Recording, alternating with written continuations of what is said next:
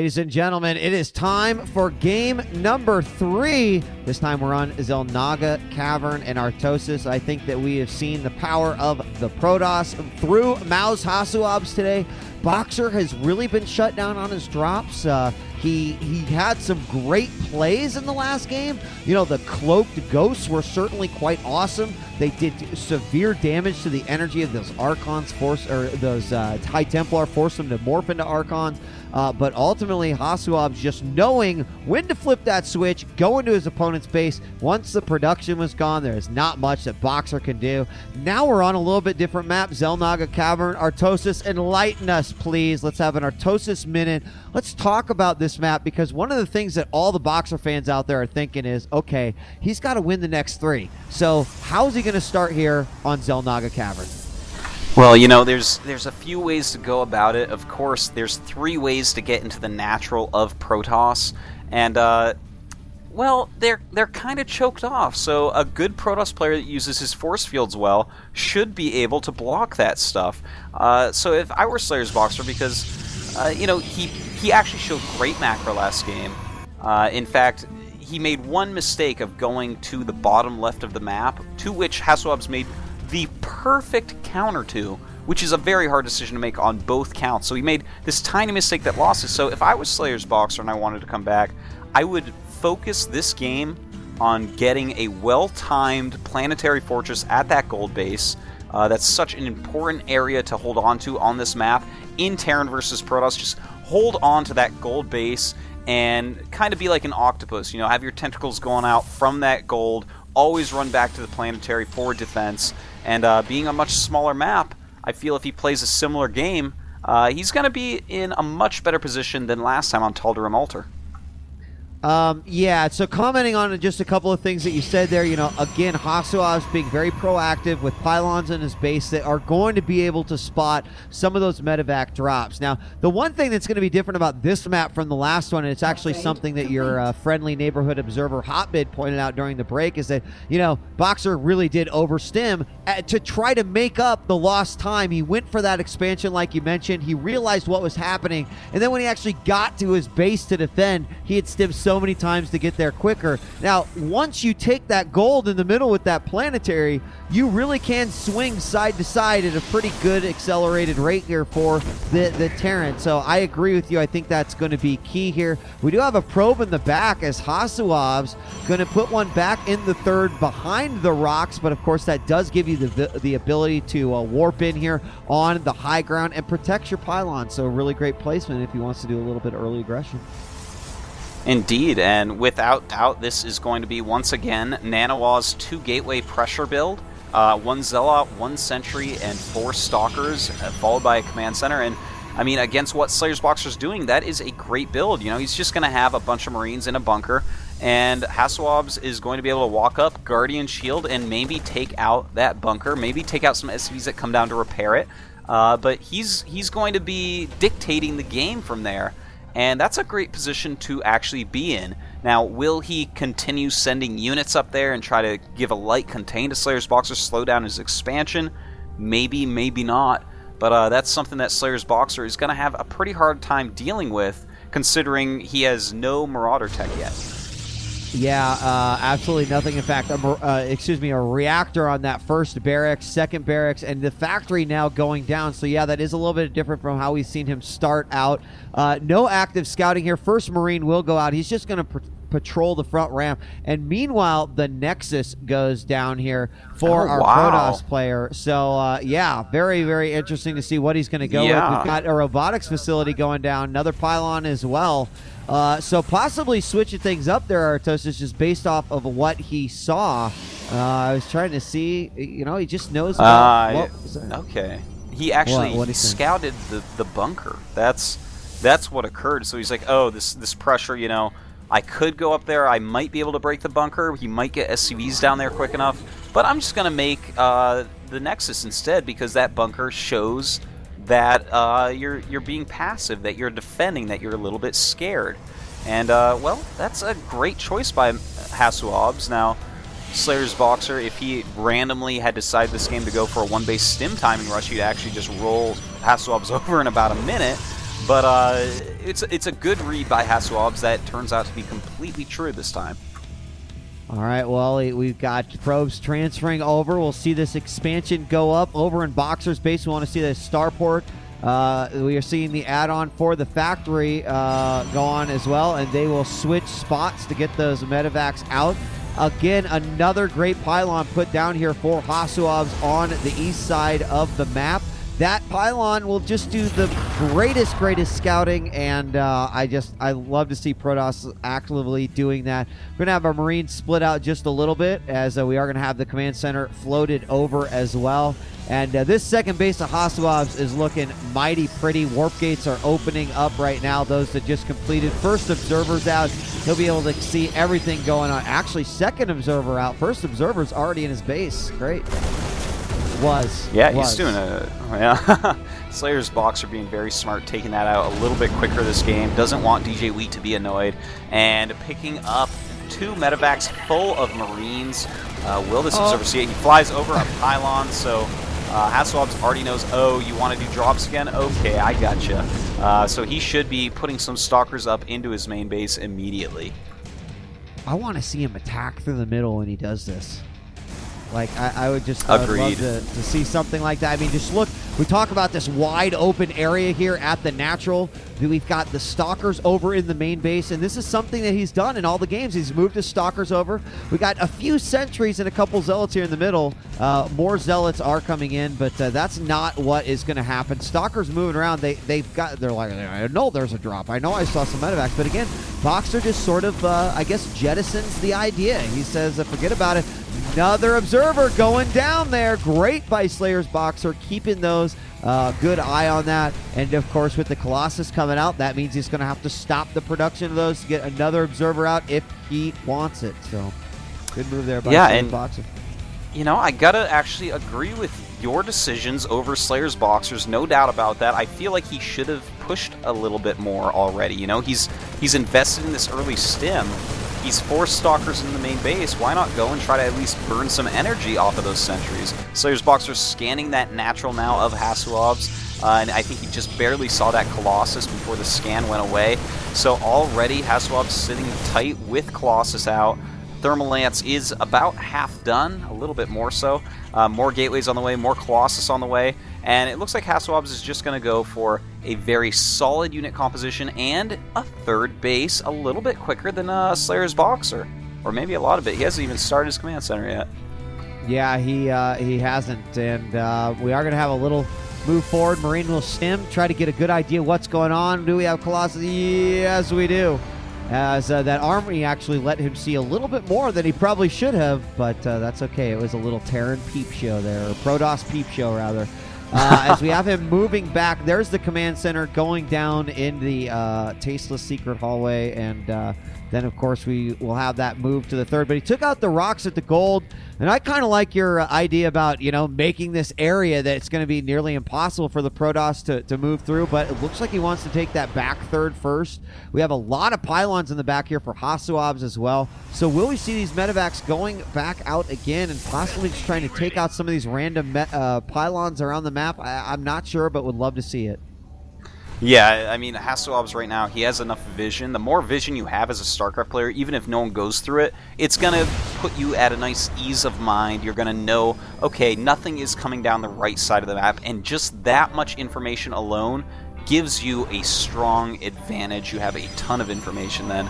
Even though it seems like a little tiny bit, it is a lot. And here we go, Slayer's Boxer splitting up his army a little bit here. Looks like he wants to harass this third and maybe hit the natural at the same time. Just see which way that his opponent mouse HasuObs goes. Ooh. I mean, it was actually just perfect there. He had that small group of units he sent him for. The Protoss wants to respond. He thinks the third's coming out, and in comes the force from the front. Will they catch this Colossus? No.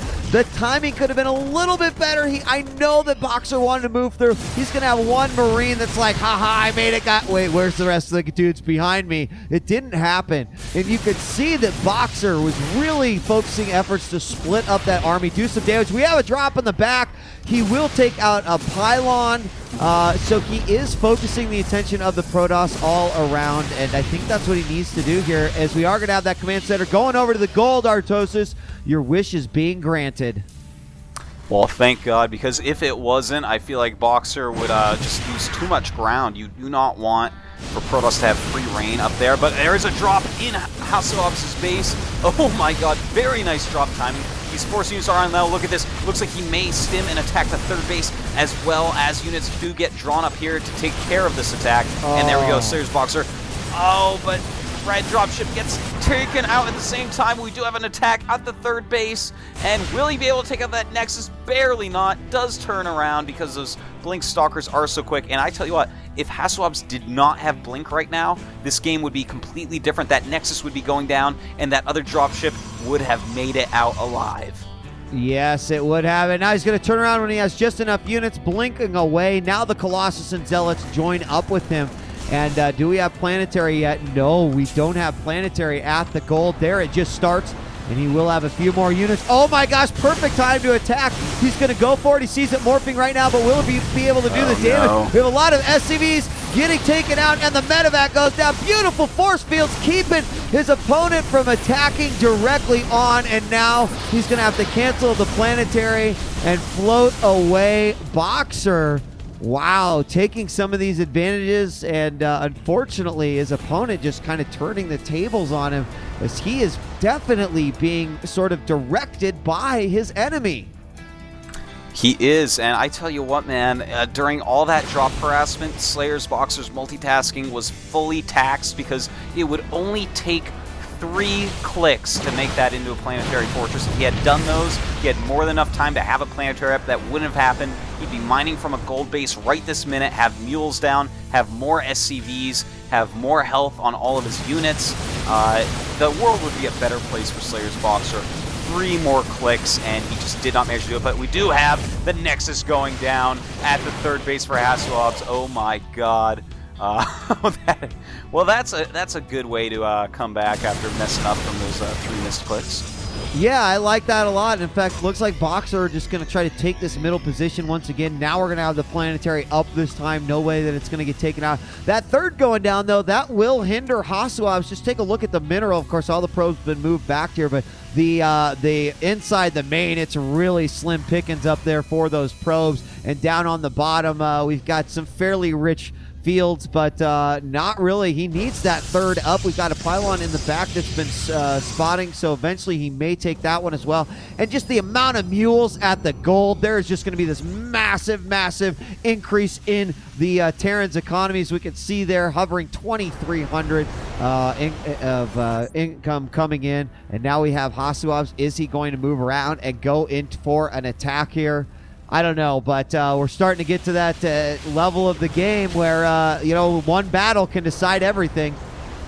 Indeed we are, and in fact, Slayer's Boxer is ahead on supply, 192 to 177, but let's not forget that we do have High Templars in the mix. They do have Psystorm. In fact, he has, oh my God, 7 High Templars in with 3 Colossi. That's going to make the Vikings not quite as useful. In fact, Boxer making 2 more Vikings, so he's going to go up to, it looks like, about 13 Vikings right now to take out 3 Colossi. I mean, which is fine, but these Psystorms are really the issue at hand. Slayer's Boxer absolutely needs to land perfect EMPs. Oh, we got this one High Templar going into the back line. And they're going to take out the third rocks, but he might be able to get a storm off on these SCVs. Here it comes. Everyone moving in right now. Boxer a little bit out of position. There we will see the storm on the SCVs. They will hightail it out of there. A scan to move his opponent back. And, one thing the Boxers was waiting for was those ghosts, and he does have them now. But, again, he's going to have to be really good about dropping them. We do have that personal cloaking on the way. Here comes the High Templar. One will get a storm off, and he does. No, he manages to get away with his life. 2 hit points of health. So HasuObs just doing a great job controlling this middle in an area that's typically well controlled by the Terran. Yeah, this is the dangerous dance that Protoss plays here. He has to dance back and forth, has to try to reduce mules and SCVs on those gold patches, and he's doing it quite well. Slayer's Boxer, in the meantime, is making another expansion to float down to that third area, but here we go. HasuObs deciding to go in. He does have a lot of High Templars in the back. Will Boxer overcommit? And yes, he does, and gets side-stormed. Oh my god. All of Slayer's Boxer's stuff is just getting into the orange in the front there. His Vikings taking quite a beating, especially, and HasuObs just doing a wonderful job here, even using cannons. Oh my god, he's even cannon pushing, putting High Templars on the high ground and everything. He is digging his feet in. This is trench warfare from HasuObs, and Slayer's Boxer is going to have to realize this and fight back accordingly. Yeah, Boxer actually has stayed really high in supply regardless of what has gone down here. And we did have a lot of storms wasted. Now, the EMPs did do a good job, and he's going to move forward, try to take out this planetary, and it does go down. We do have a third going down, but as you had mentioned, Artos, we do have a High Templar on the background. Looks like we're going to see a counterattack by the Terran as he moves forward, takes out this third for a second time. Look at how weak those Vikings are. They are going to be real hurt if another storm hits the top of them. But you know what's scary about this is that Terran only has one place to go, either back to their base or into the natural of the Protoss. Archon going to morph to try to slow down these units. He's going to take out everything. And which way will the Protoss army attack from? That could be the escape route of the Terran. Let's see what happens here, as this could be a Terran sandwich, a Boxer sandwich. Oh my god, Psystorm's coming in from the left and from the top, everything else. And actually, they had no Psystorms. He's probably going to want to back up just a little bit. Those Vikings do manage to take everything down. And oh my god, HasuObs being pushed back, but he has a ton of money. He's 2.5k and 1.5k left over. He does have the left Nexus warping in. Slayer's Boxer in the meantime, floating back towards that gold base. Where is he going to go with this command center? He needs to start mining from another base ASAP. HasuObs some great blink micro in here as well, picking off some of these very hurt Vikings. Some crazy play. Oh, hold on. In the middle, Stalkers are going to be caught by those Marauders. They want to get out of there quickly. There was an Archon and 3 Zealots inside the natural of his opponent, but he managed to chase them away. Actually, there was an awkward little skirmish where neither one attacked. Looks like the gold base is going down, and look at the long distance mining. It's like an ant farm right there. All the ants trying to dig their hole to the next expansion, and now the Nexus is up, and we'll see all those pros mining there. Here comes the Terran once again. Storm's going down in the front, but again, I think the Boxer just actually he's behind. Oh my gosh, another big storm going down. And have these storms, as we have this High Templar on the high ground, have these storms equalize things for HasuObs? Oh, certainly. I mean, everything is so red that if Slayer's Boxer stims even one more time, I feel like his entire army is just going to fall apart. And we see HasuObs getting ready to perhaps attack again, playing a very safe game, though. He wants to close this out. He realizes he has a very well-mined expansion compared to this gold base storming up there. And Slayer's Boxer is making a few more ghosts. Those are going to be absolutely crucial. But this Colossus against where are the Vikings? They look like they have all died. Colossus suddenly is going to reign supreme once again. Yeah, even the gold base is almost mined out. It's looking like HasuObs might take this in 3 games. Oh, Ghost is sniped after a great blink from the Stalkers. And in goes the Protoss HasuObs into the natural, trying to lift up that orbital. Oh my gosh, everything getting absolutely devastated. Slayer's Boxer's going to have to return. And how far into this base will he go? Zealots will chase everything they can up. We could have this Terran army coming from the back, but there's the High Templar going to feed back the Ghost, and moving forward. Storms going down everywhere. Is he going to hold this off? All those Marauders melting. There's still a lot of Protoss units back here. And is this going to be it, Artosis? It is indeed. It looks like Slayer's Boxer is going to be dead here. Wow. HasuObs playing an amazing game. Slayer's Boxer, though, as always, not ready to give up, even though he's at 49 supply against 164. Yeah, he won't give up. He'll try to cripple however he can. Unfortunately, right now, you can see the gold base almost mined out. His natural is gone. That means the income tab shows 0, 0 across the board. And there we go. SCV's going back to the gold right now. Try to bring something back together, but you know, how many High Templar do we have here? We have like we have 12 High Templar, some of them with full energy. This is just going to be so nasty. Oh, so nasty. Side storms will just go down non-stop, feedbacks, whatever. even has Dark Templars in there, and he knows Slayer's Boxer does not have heals to spare. GG, HasuObs takes the series 3-0 over Slayer's Boxer. Amazing play, really, by both players. And, oh my god, HasuObs goes into the top 4 of the TSL number 3. Yeah, and of course, that means that HasuObs will be taking on Naniwa, which will be another epic PvP that will take place. Of course, the other matchup is Thorzane versus Kaz. So, if I'm correct, if I do my little deduction here, do your that math, means that, right? Yes, my bracket math, that we will absolutely have a TVP finals. That has now been set in stone, and that we will have a mirror match semifinals between 2 Terrans and 2 Protosses. That is right. The best TVTer versus the best PvPer. That is actually going to be just so exciting. I'm looking forward to all these matches. Look at these storylines. We have these 2 kind of unknown guys on the other side. Cass, yeah, he's known. Everyone knows he's really good, but he's not played a lot of lands. He hasn't won a lot of big tournaments, but here he is after beating amazing players, going up against Thorzane, some godly Terran that just came out of nowhere from Warcraft 3. And then on this side, of course, we have the more experienced players, Nanawa already winning some huge events in StarCraft 2, and HasuObs, a big-time Warcraft 3 player. Wow, this is going to be an epic semifinals and an even epicer finals.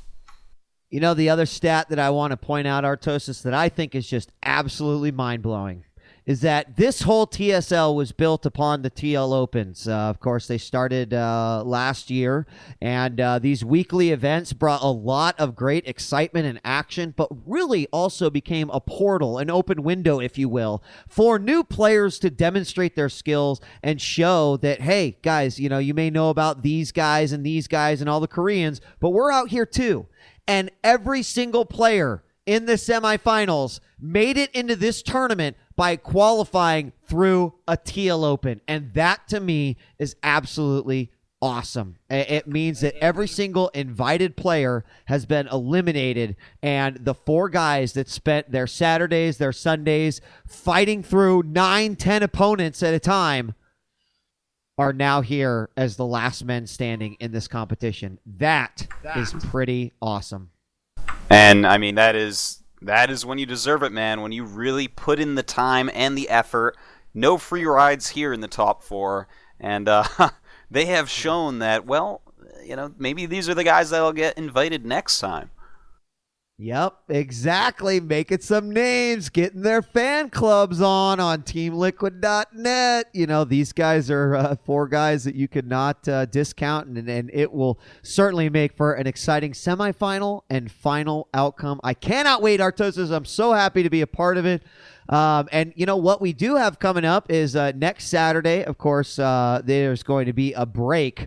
So Hotbid has decided that he's going to have some shenanigans going on as the TSL casters and staff are going to play some custom games and against some of the guys out there. You might have heard of a little something called the TL Attack. Well, go do your homework, your research, look it up, find out what it's all about. I guarantee you won't want to miss it. And then the week after that, the TSL semifinals. It is going to be amazing. Semifinal number 1 is on Saturday. That'll be cast by Chill and myself. And semifinal number 2 will be on Sunday with Day 9 and Husky.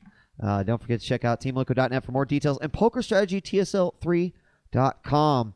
And Artosis, is this going to be your exit from TSL3 casting?